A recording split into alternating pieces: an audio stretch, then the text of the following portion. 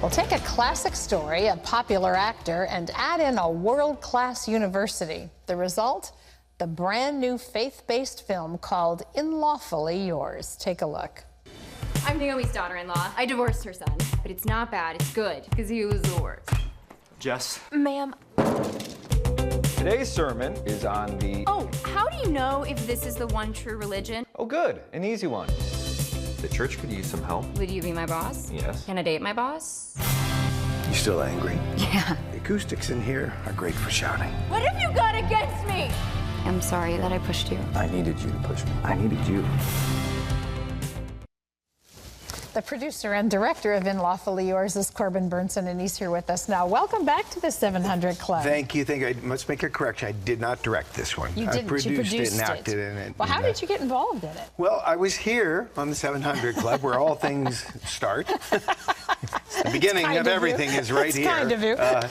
Yeah, and I was promoting another film that I had done, and somebody had mentioned that there was this wonderful, on campus here at Regent, this wonderful film school, and I went over there, looked at the facilities, worked with Dr. Mitchell Land over there, and said, yes, let's make a movie. You know, making a movie is one thing, making a movie about faith is another part of it, but there's another element, and there is something that my mother taught me. I really enjoy. I think it's the responsibility of us, all of us, to pass knowledge. And I really enjoyed passing the knowledge and allowing students to work on this film. It's 70 of them, 70 to 80 of them at any given time, real jobs. I mean, you see it right there. And it was great. Incredible opportunity. I mean, you come away from school with a resume of actual work. A real movie, exactly. Yes. I hate to say real movie because it sounds so, but a proper credit that's actually being distributed. And seen by thousands. And it turned out to be a millions. wonderful movie too. They can be proud of. Yeah, talk a little bit about it, because it's unique. It's actually a modern day take on a very old biblical story. Well, you know, this gets a little bit tricky to talk about, and some people in your audience will understand it and some will not understand it, and that's fair because God wants me to do what God wants me to do. And I don't want to say there's a crossover, but there's a new generation of young people of faith. And, you know, I saw in that last segment praying for people to learn how to talk to God. People don't know. They don't go to church. They may not do this. It might be on the internet. People don't know how to start that conversation. That's very important to me, and it's probably the critical theme in all my films, and it reflects my own journey. Because if you just say can I talk to God like my neighbor? Well, it's a little different, but yes. So to reach a new audience who goes and sees romantic comedies and watches television, to stay within faith, Christian faith and moral values, it's a tricky thing because how do you blend the two? How do you, without diminishing or diminishing offending one the real, and without alienating the other?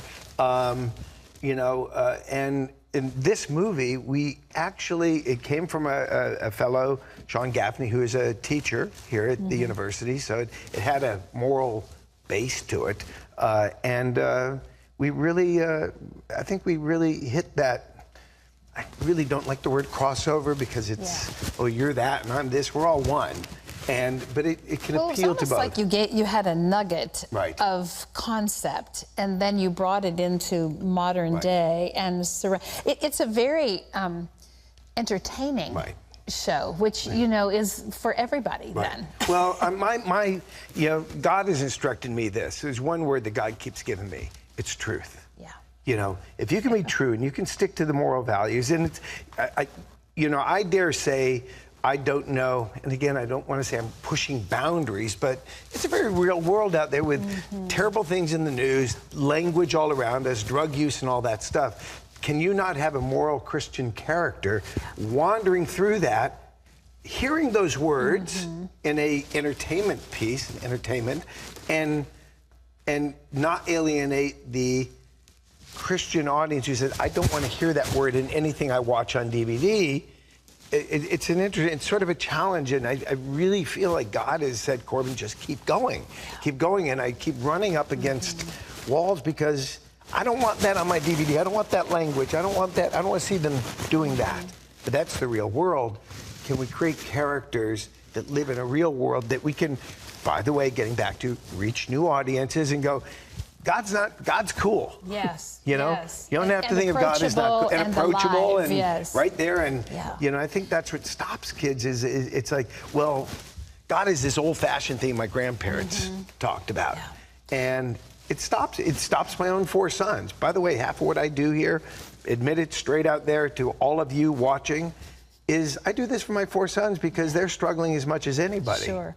Well, life even when you have faith, life causes you to struggle because of just the challenge of it all. You play a very interesting role, a small one, but a very significant one. Tell us. Well, I did want to give myself a little role in. There was a role of this priest who's in this church where Chelsea Crisp, who's wonderful, wonderful comedic, wonderful actress, you're going to really enjoy her. She comes in and she yells at God. God, Jesus, she's yelling at it all. Why, why not me? Why won't you talk to me? Which goes back to Corbin's. It's really the heart of the story. That's why I like the scene. And I said, that's okay. You can yell. You know, I try to tell people, when you say a conversation with God, it doesn't have to be, oh dear God, thank you so much for my puppy. It's not. That's not what it is. It's like, I'm hurting. Yeah. I'm angry at you. You took my child. You took my son at war. You took my. Why? Well, I tell people this. Great. It's a conversation. I often ask when I started searching my own faith, why. You know, people, the biggest roadblocks to God and to faith are, well, obviously there's the resurrection you can talk about, and the Immaculate Conception and all of those things. But the biggest one is, how can God let these terrible things happen? I say, the minute you say, God, why, you've started a conversation. Exactly. And we don't, for me, that's God may need to get you in a different way. Wake you up. Yes, yes. The movie, we want to mention to people, it's a wonderful. It's a comedy. It's fun. It's fun, yeah. Oh, we want to thank you for being with us. Want people to know the movie is called In-Lawfully Yours. It's Regent's first feature-length film. It's available now on DVD, digital, HD, and for streaming on Netflix. And you can find out how to get a copy by going to Regent's website. That's regent.edu. You can also go there for more information about the school, as you just heard Corbin talk about. What a great place if you're into the arts. And I have to leave with that message. It was an extraordinary, unique experience in my life to bring 70 students into this filmmaking world, and not only bring them in, but succeed.